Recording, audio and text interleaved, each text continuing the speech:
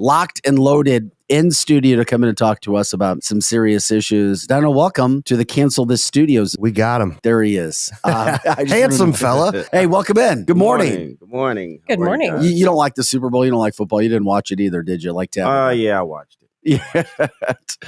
The Pennsylvania governor is going to be flying the Chiefs flag in their state capital. Oh, So okay. that'll be pretty good. They should put a big picture of Patrick Mahomes on it as well, because the guy is absolutely amazing.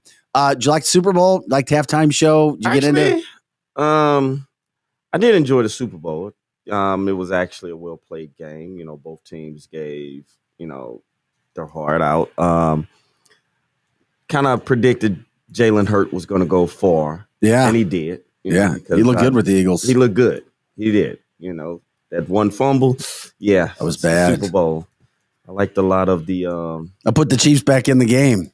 It did. But the best part about that is that MIZZOU, Nick Bolton, Mizzou linebacker, returned it for a touchdown. That is true. I need to find out if a Missouri player's ever had a touchdown in the Super Bowl. So we appreciate you jumping in for more of a serious topic. There's a lot of things going on in the city of St. Louis. Yes.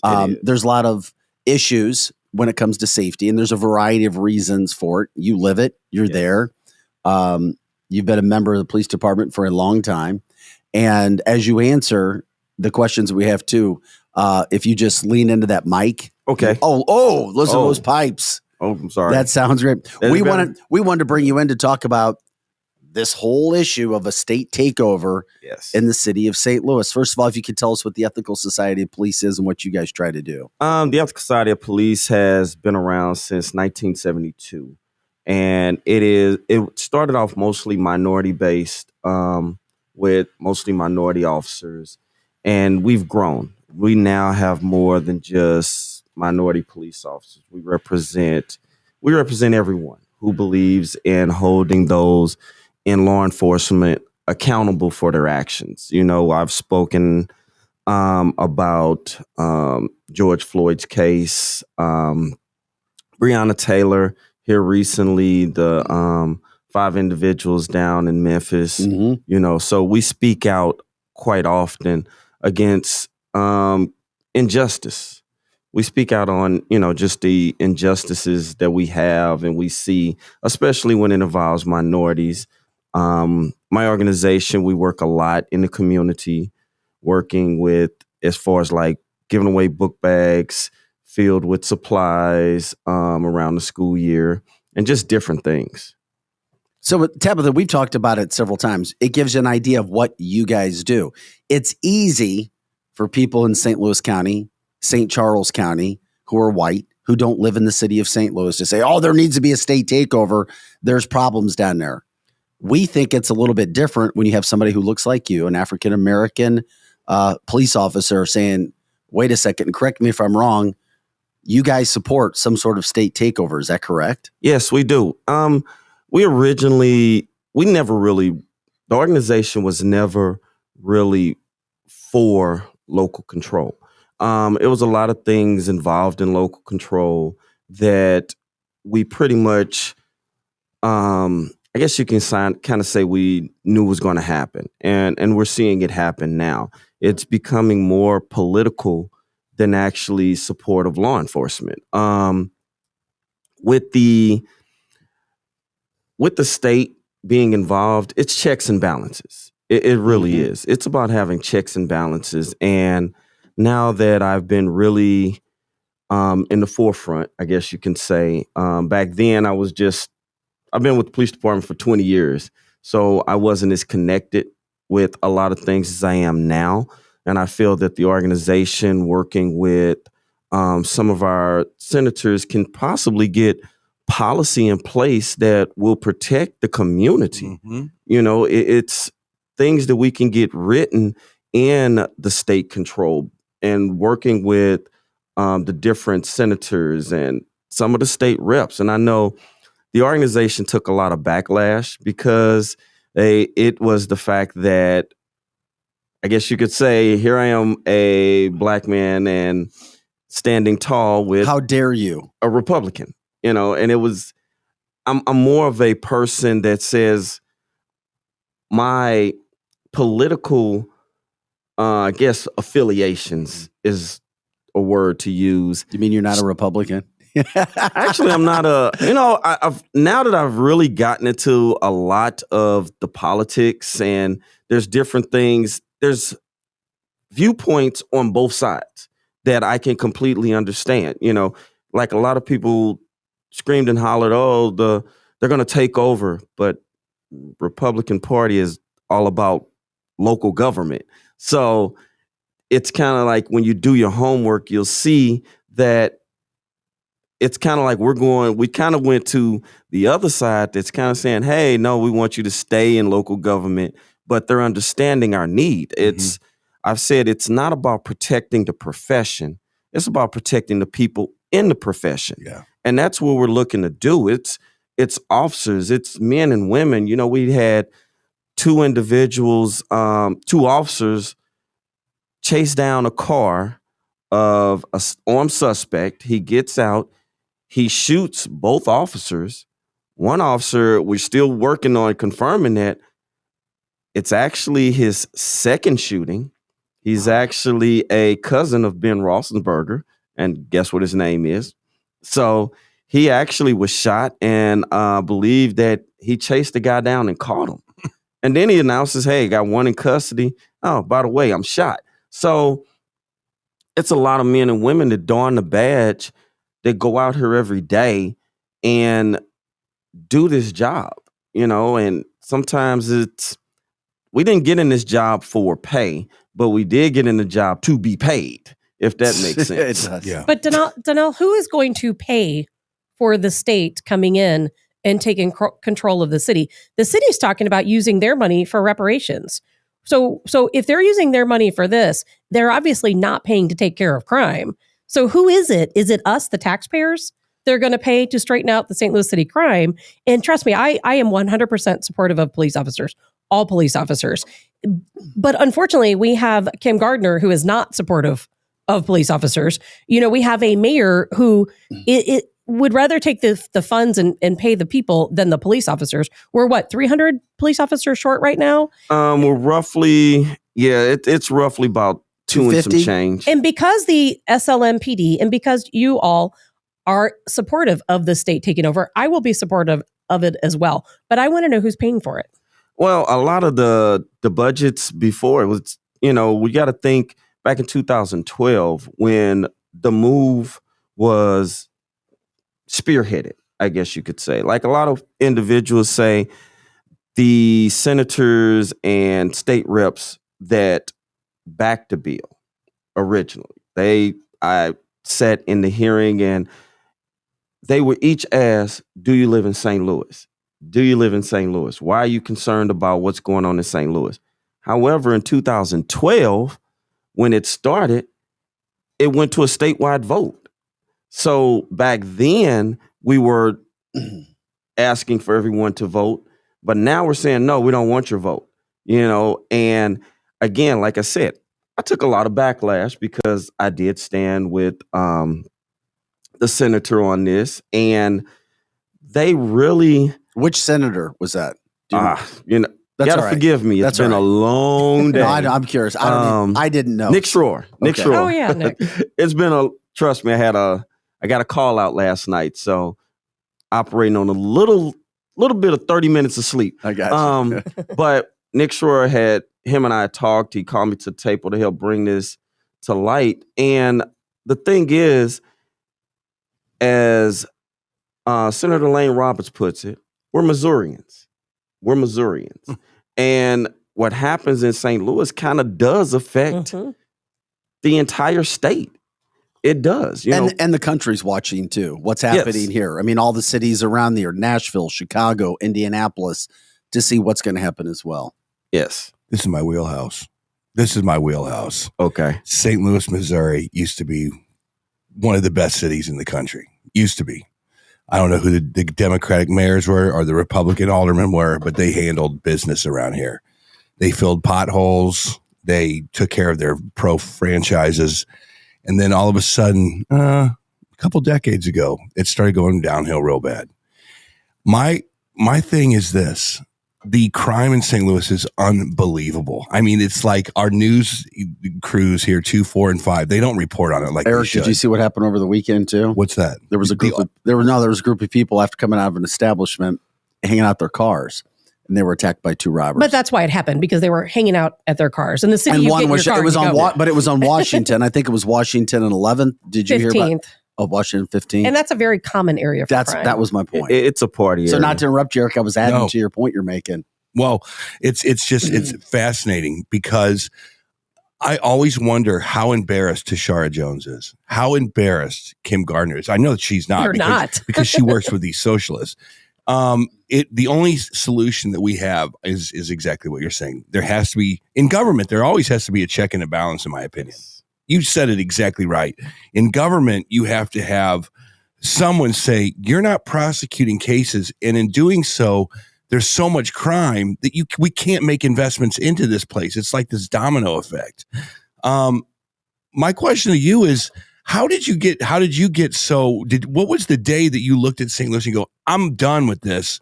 We have to get the governor and we got to get the good people of the state of Missouri to come in here and take over this garbage. Like I said, I became the president of the organization roughly about 2 years ago. I'm actually about to run for a second term. And when I came in, I guess it's almost like when someone takes over something, you kind of get through all of the business of the organization. Mm-hmm. Then you start looking at, how can I solve the problem? How can I give suggestions to the problem? So I've been living in the city of St. Louis for 52 years. Well, it'll be 52 March the 6th.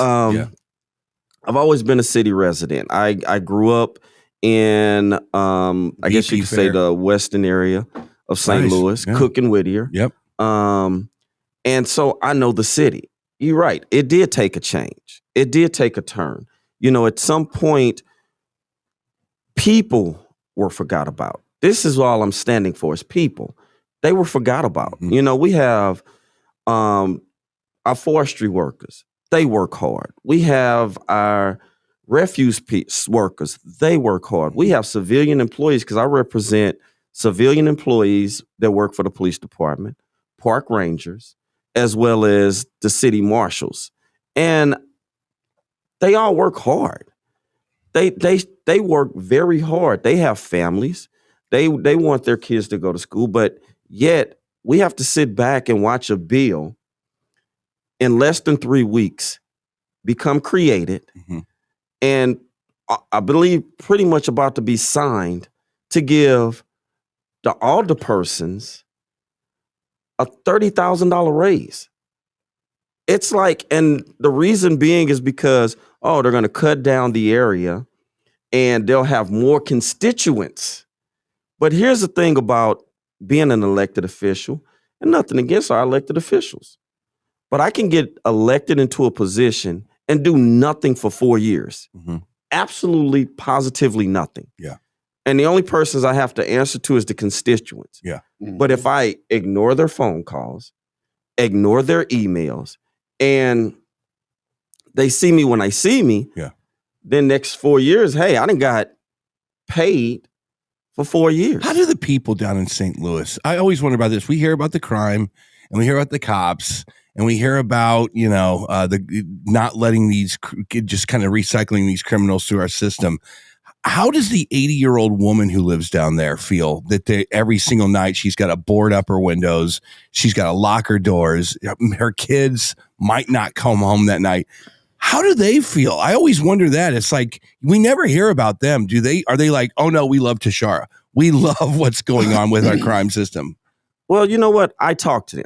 Mm-hmm. Like I said, being a sergeant in the 6th district, I field those phone calls. Yeah. I field the phone calls when they're calling and saying, hey, can I just get a patrol car to drive down the street? Yeah. Mm-hmm.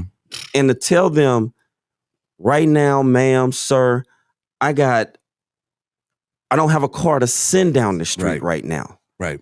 That hurts, because that's someone's auntie. Right. That's someone's grandmother. Isn't that the story? Love laugh. Don't you think that a Channel 2, 4, and 5 should cover that story every time there's a shooting down there? Shouldn't you pull away from the actual event and go, let's go talk to Carol down here and see how it was and start to tell the story of the victims who are close to these crimes. And maybe that will start to move the needle a little bit. Because I swear to God, I think Tashara and Kim Gardner, they don't care because they are kind of desensitized by that whole environment down there.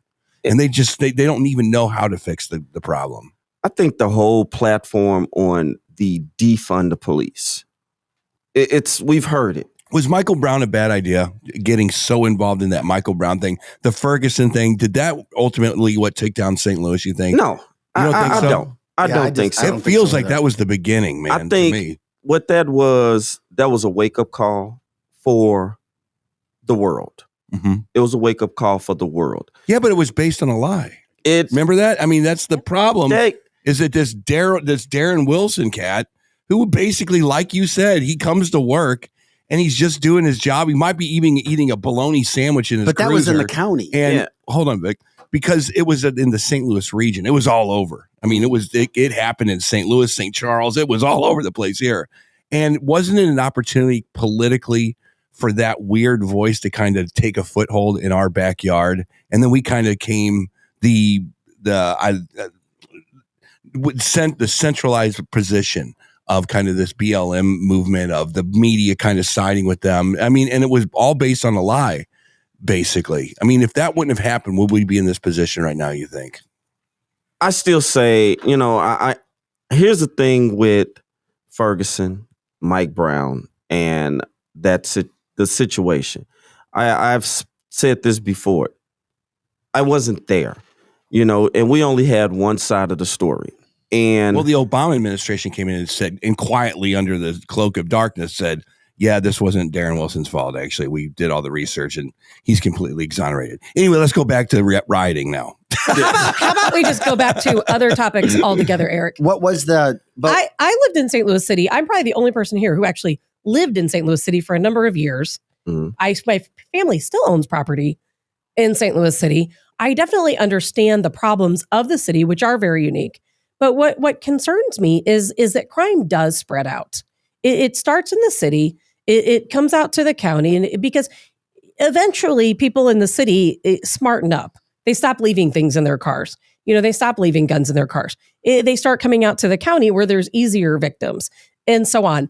But having the state come in, I was against the state taking over in the city, because I think the city needs to take care of their own problems. The mayor, the elected officials, Kim Gardner, they're the reasons why we're having these problems, because they're not prosecuting these cases. We have to have these multi-agency task force prosecute these violent offenders federally to actually get anything done.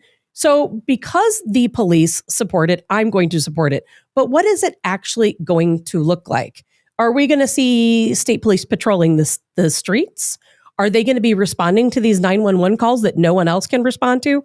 We're hearing these stories, and I know I have so many friends who are St. Louis City police officers who are such wonderful people. Everybody's there for the right reasons. But, 911 calls are going out. The people on the other end of the line are hearing, hey, we can't respond because guess what? We don't have any officers. It might be an hour. Yes, somebody's breaking into your house, but it's going to be an hour before we get there, if anyone even answers 911. So what is it going to look like when the state takes over? How is that going to change? I mean, we'll have to honestly do a rebuild. It's mainly a lot of the, I guess you could say, a lot of the budget without having the books or looking at the books. We see that a lot of things have been cut, like, repairing our vehicles. I had a state rep really grill me because I spoke about the vehicles being down. Well, the garage, our fleet service garage, which is some awesome hardworking mechanics, they went from dealing with just police cars to the city's vehicles plus ambulances. So now their workload has tripled, but not their pay. Exactly. And not the size. Exactly. So under the state control, it gives us the checks and balances that we talk about. So now you have a police board, which the mayor will still be on that board. It's just the whole controlling of our budget, so that way we can recruit more. I was a recruiter for the police department for 5 years. We can get out here. We can recruit. We having an issue right now. My organization has a lawsuit in with the city because I have been a sergeant for 5 years. I was eligible to test to become a lieutenant almost 3 years ago. And they won't give us our promotional exams on time. So that's one of the issues with retention, because now you're looking at the fact I'm gonna be a sergeant for the rest of my career, but I had ambitions of possibly becoming a chief. Yeah. You know, that was my ambitions. Hey, was I gonna probably reach that? I don't know. But there was still a goal in mind. There was still some light at the end of the tunnel. And then with the new officers coming on, they're seeing that, hey, I can go work in this unit or this unit or this unit. But now with the decreasing number of officers, that decreases some of these units. Some of these units were actually proactive on the street. I was part of the SWAT team and our mobile reserve many moons ago, where we went out on the street and we apprehended those with the violent felonies, which allowed the district officers to do more of the community policing, which they knew their neighborhoods, they knew the individuals. Right now, they're running from call to call to call to where you barely get to know a person's name. You barely get to interact with anyone because you're hopping from call to call. What is this cure violence program? Have you ever heard of that? So an alderman comes up and talks about this cure violence program in St. Louis. I've heard about it. Actually, what it does or what has it done, I couldn't tell you. It's done nothing. I mean, I'm reading the article. Oh, okay. Right like I said, I've heard about it. There's been quite a few things out there. And the biggest thing with me is the citizens who work for the city of St. Louis. Like I said, we look at the fact that those that do not like the profession. However, I've done nothing to anybody. So why dislike me? Yeah. Because I'm employed as a police officer. But that goes back to what I'm talking about. Now, I'm always trying to find these, because we got people on our chat line that keep talking right now. But I always try to find the root causes of what's going on in our community, and you have to fix those things first, logically, before you can fix anything else. And I think logically, that was a Lyda Crewson program, is this cure violence thing. I talk to everybody. I'm like, if I was the CEO of St. Louis, not the mayor, but like the CEO talking to the board of directors in St. Louis, the first thing you do, how we fix crime. That's the first thing a CEO asks when they walk in the boardroom. I can't get business development here. I can't get any more sports teams here. I need to figure out, how do we fix this crime thing? I don't care about anything else. How do you do that? And I think that, tell me if I'm wrong, shock and awe. More cops. We ask what we dismantle these the gangs that are doing this. If you commit a crime, we catch you. You go to jail for quite a long time. The deterrent effect on that would be good. We start to clean up these streets. We get the trash removed. Am I wrong? Because every time I talk to our leadership from St. Louis, they always look at me like I'm nuts. I'm like, no, you have cops go in there and you clean up the streets. You hit it the nail on the head when you said deterrence. Mm-hmm. There's no crime prevention program that is 100% effective. If there was, of course, no crime will be in the country, if not the world. Mm-hmm. Okay? It's about deterrence. Crime is about opportunity. It's about opportunity. Yeah. Let's be perfectly honest. That's what crime is about. It's about opportunity. And when you have more officers working the streets, it's not, as they would say, oh, more officers won't stop crime. No, it deters crime. Mm-hmm. Because now the criminal element will go to areas that it's less crime. Right. I mean, let's look at the fact, why do we have more meth labs in rural Missouri than the city of St. Louis?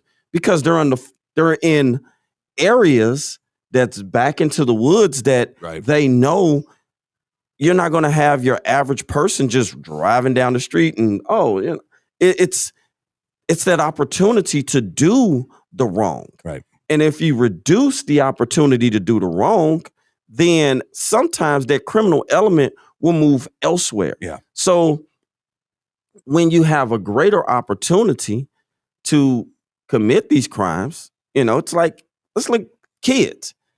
If you leave your kids home longer than hey, I'll be back in 30 minutes. Yeah. They're going to look at the watch.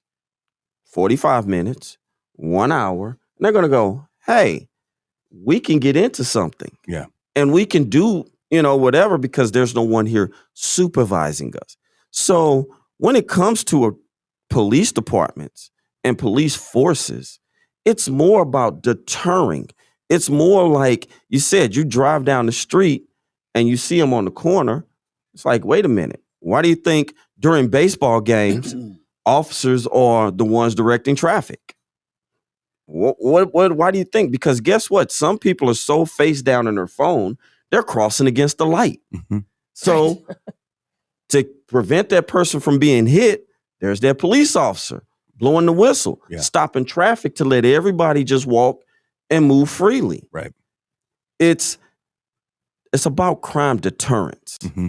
Is really what it's about. And you're right. And then when we catch them and they're doing wrong or they've done wrong, now we expect them to be held to held their feet to the fire. They should be prosecuted. Yeah. Because our job is to investigate, locate, and then incarcerate. Yeah.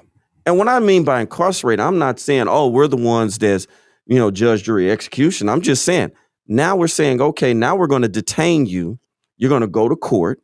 And now you got to deal with the courts. Yeah. But when they're getting right back out, it's like, wait a minute. Yeah. I just caught you yesterday. And that's it's even worse because that record now has held them down to get a job, to get into the military. So now they've been released from this incarceration, this program, and they've now not gone to court. They have a warrant for their arrest. So it's this big ball of wax that they just can't seem to get out of, the St. Louis, at least, in all these metropolitan areas. Have you ever talked to Shara? Have you sat down and said, hey, what are you doing? What's going on here? I always put this out there. I've never had a issue with Mayor Jones. We endorsed her. We as an organization endorsed her. We were hoping to have this working relationship, open lines of communication, and it's agree to disagree. It's like, I'm seeing here, you guys don't agree on everything. You agree to disagree, but you don't just say, okay, I'm done talking to you. You don't start just brow-bassing each other, in social media. The agree to disagree, though, thing, it only works if you have this line of crime here, and whatever you're agreeing to disagree, the execution brings that crime down. That's the only way that works. You see what I mean? And I get that, but you got to first establish that relationship. And we don't have years. We got days. I know. And the thing is, back then, that was the deal, to try to establish a relationship so that we could be included. It's just like with my organization, we've always just wanted to be at the table to help make sure that everyone is represented equally. I was just going to ask you that. I know that you mentioned the Ethical Society of Police was established in 1972. Yes. Is that correct? And I know the reasons for establishing it back then were probably very different than its goals today, because times have changed quite a bit in some ways and maybe not in some other ways. So a lot of people, when we talked about you last week, I myself question it. A lot of people on the comment line have questioned it. Why do we need an Ethical Society of Police if we have a police union and we have a citizen review board? So can you explain to us what the Ethical Society of Police does and why it's so necessary in St. Louis City? Well, we like I said earlier, it's keeping that balance. It's keeping that balance to ensure that, yes, we represent, all races, sexual orientations, genders. It's keeping that balance. It's sometimes, if you have anything, it depends on who's in office. It can go one way or the other. So we're kind of that. We're going to keep you in balance. We're going to hold you accountable. We're not just rolling with a police officer because he's a police officer. Yeah. Because again, the 5 individuals in Memphis, they were all black. And here I am going, I can't just go, they're police officers. So what they did, he was resisting. He didn't have on, all Correct. Of this. It's like, no, I'm a defensive tactics instructor.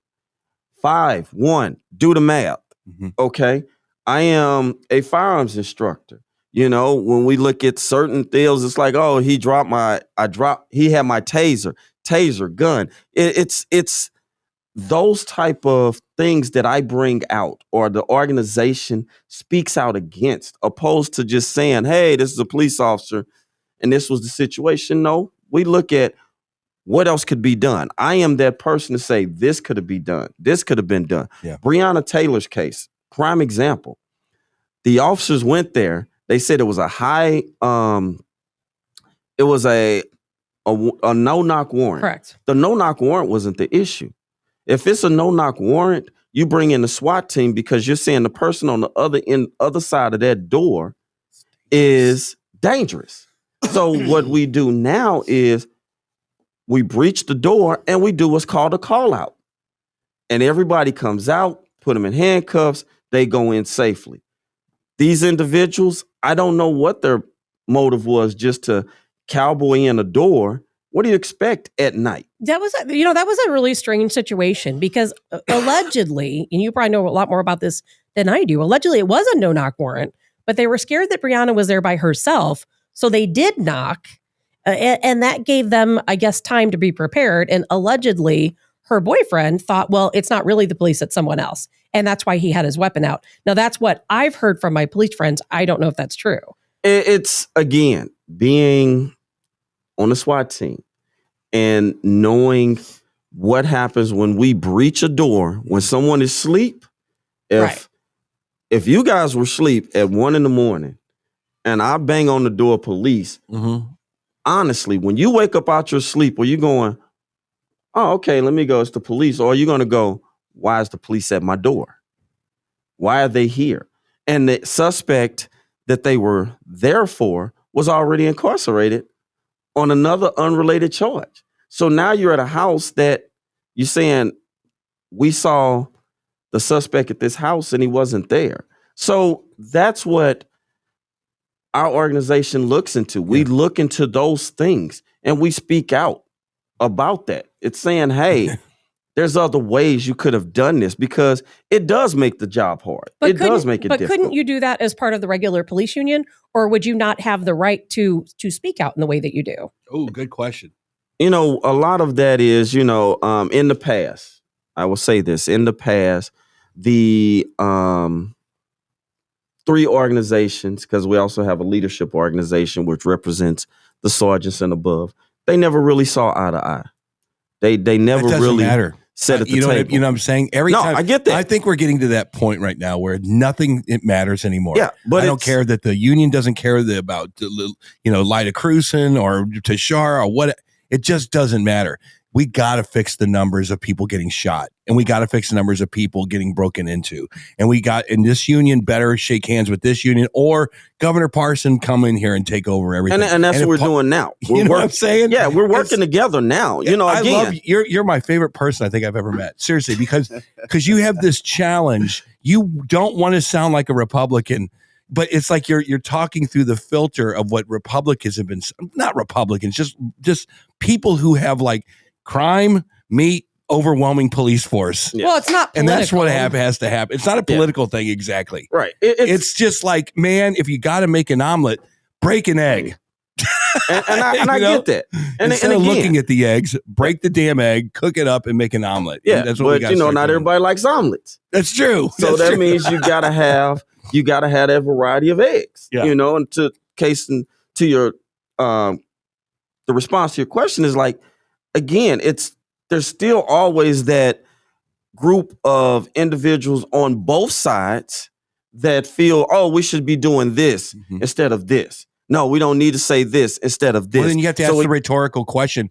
Fantastic. How is that going to help this? You know what I mean? I get you. It's like if there's pothole problems in St. Louis and you're not talking about asphalt and pothole trucks with crews and you're talking about reparations instead. No, how do the potholes get fixed? Period. And a lot of things on that end, it does require our citizens speaking up and speaking out. It does. It's giving them back their voice and letting them know, hey, so we are more, like I said, we're an organization that I like to say we try to bridge the gap between the community and positive policing. And it sounds like you're taking the politics out of it.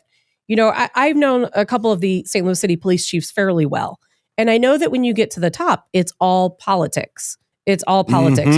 You know, you cannot, even if you have a rational answer, you can't really relay that. And so it sounds like what you guys are doing is saying, okay, put the politics aside. I'm going to support what I feel is best for the community. Yes. That's exactly what it is. That's exactly what it is. It's what's best for the community. It's what's best for the citizens of St. Louis. It's what's best for our neighboring counties and visitors. It's what's best for those people. Again, it's a people. It's what's best for the people and not so much an agenda. Well, before we let you out here, I did have a question. You've talked about what you are as a group, as a society, what you feel would be best for St. Louis. What is the chance of this actually happening in the city of St. Louis? Right now, we are we're thinking very positive that it's going to happen. It's like we had the House. I believe we're still waiting on the House vote. And then there's this. Didn't it go through? I think it went through the House. Yeah, it did. So now we got to, with the Senate is next. So it's going back up to Jeff City. It's going back and letting them know, like I said, being a voice for so many. I have so many officers that just said thank you. And that means a lot. Wow. That means a lot. And I mean, that's all officers, despite, the color of their skin. There's been some citizens that said, hey, you guys were much better under state control. Amen. Because they saw more police officers. They didn't see this decrease per se. Right. We were able to actually do our jobs. Yeah. No, we didn't get along with Jennifer Joyce.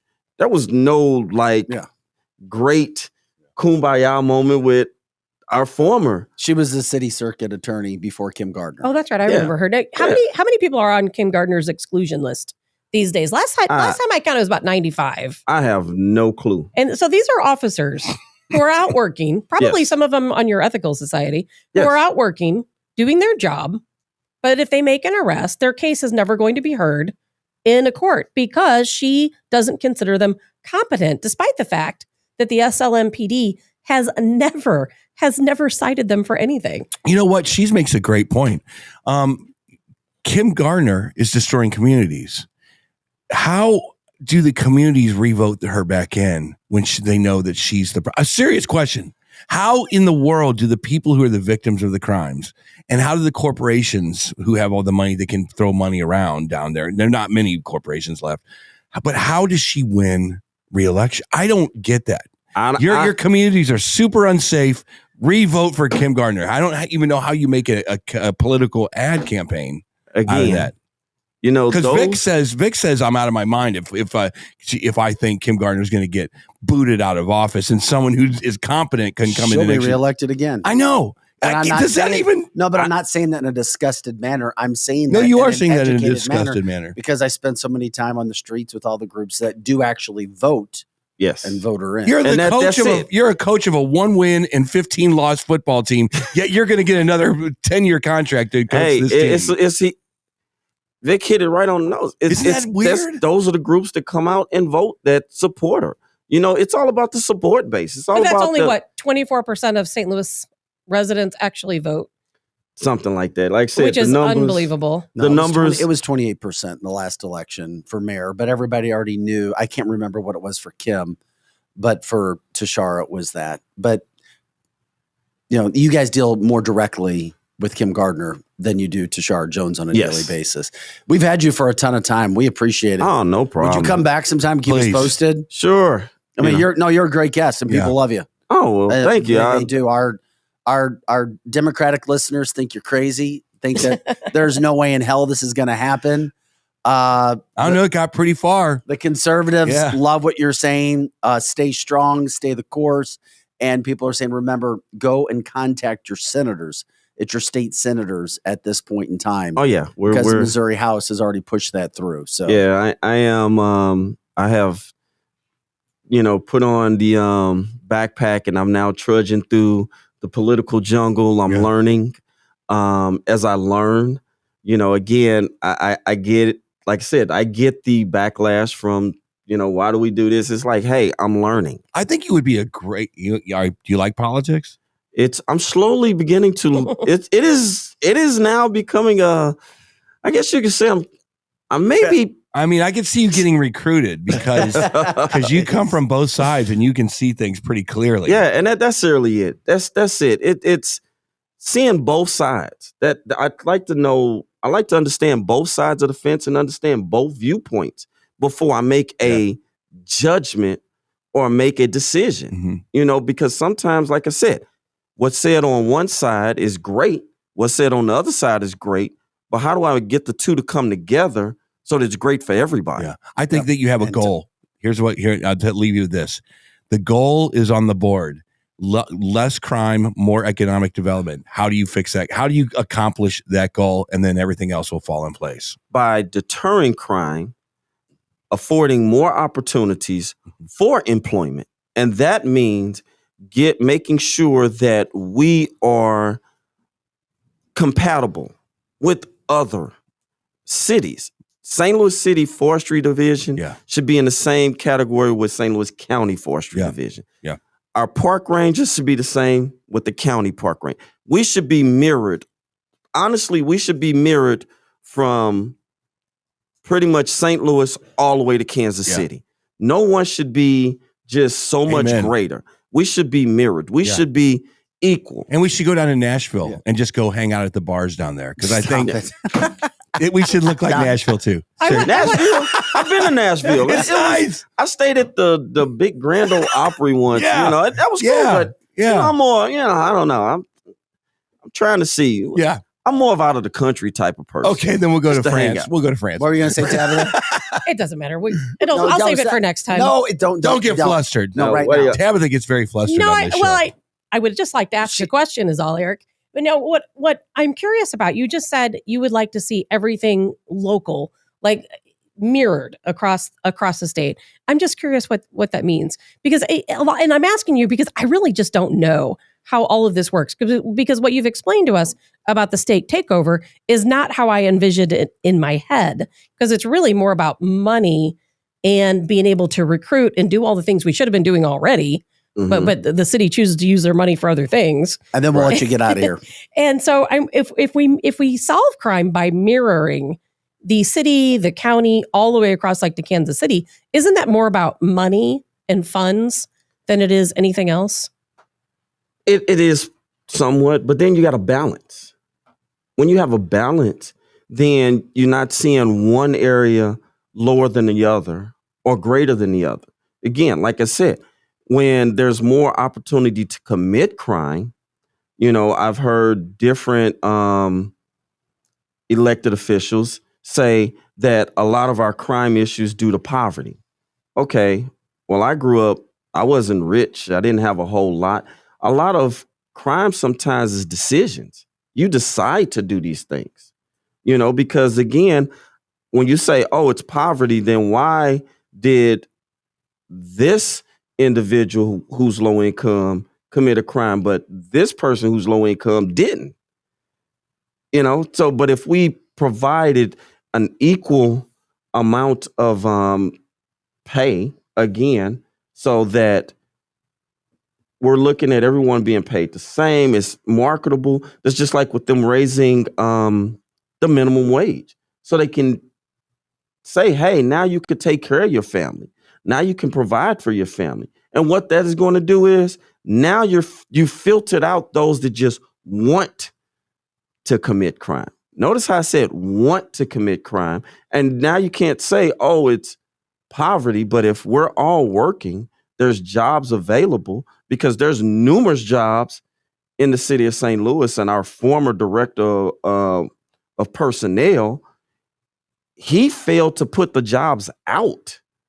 I worked with them in job fairs, and it was like, wait a minute, where's all these jobs come from? You know, our city tow truck drivers, they're saying, hey, I know the supervisor down there. And he says, Donnie, I sent 3 guys I know personally to fill out an application, and yet their application's not back. So there's processes that's saying, why is these processes so slow?